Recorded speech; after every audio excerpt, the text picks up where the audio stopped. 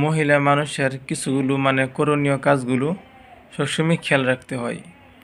আলমারি, সুকেস বা গডরেজের মাঝে বা বাক্সর মাঝে আপনি কাপড় চোপড় বেঁধে রাখছেন, মাঝে মাঝে খুলে দেখবেন যে ওইখানে কি পিঁপড়া বা তেলচোরা বা ইঁদুর কি আছে কি না। মাঝে মাঝে কী করবেন, কাপড়গুলো রোদ্দুরে দিয়ে শুকাবেন, যাতে করে কাপড়ে ময়লা না পড়ে থাকে, কাপড় পচে না যায়। আপনার ঘরের আশেপাশে সবসময় সাফ সাফাই করে রাখবেন। বর্তমান জামানায় ঘরের আশেপাশে যদি জঙ্গল থাকে বা কচুর গাছ থাকে, বহুত যদি নোংরামি থাকে, এগুলোর ভিতরে সাপ বিচ্ছু এগুলো বেশি বসবাস করে।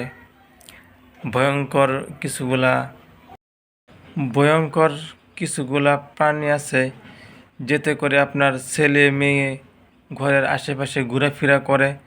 যদি সাফ সাফাই না রাখেন, হয়তো সাপ বিচ্ছু আপনার ছেলে মেয়েদেরকে ক্ষতি করতে পারে। হয়তো আপনার ঘরের ভিতরে সাপ বিচ্ছু ঢুকে যেতে পারে। এই কারণে আপনারা সবসময় ঘরের আশেপাশগুলো সাফ সাফাই করে রাখবেন, সুন্দরভাবে রাখবেন, যাতে করে কোনো সাপ বিচ্ছু এগুলো থাকার কোনো সম্ভব না হয়। কিছুগুলা মহিলা আছে, দেখেন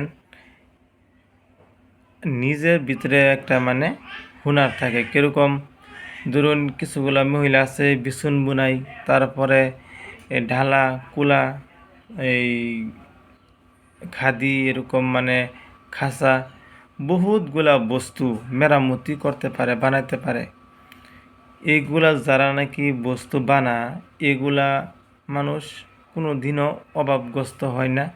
সবসময় তাদের হাতে পয়সা থাকে, তারা চলতে পারে সুন্দরভাবে, কোনো টেনশন নেই। যদি স্বামীর কামাই নাও থাকে, তাহলেও এইগুলো ডালা কুলা যারা বানায় আর কি, বিছুন আরও ইত্যাদি যত বস্তু আছে নাকি, কেউ কোনো আছে মেয়ে মানুষের মাটির কলস বানা, এরকম যারা নাকি কাজকর্ম করে মেয়ে মানুষ, তারা সবসময় ভালো চলে, একদম অভাবগ্রস্ত থাকে না।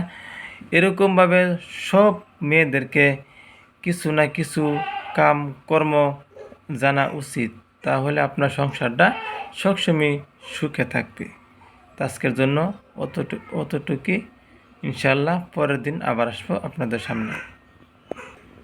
ভিডিওগুলো আপনারা লাইক, কমেন্ট, শেয়ার করবেন, আমার চ্যানেলটাকে সাবস্ক্রাইব করবেন।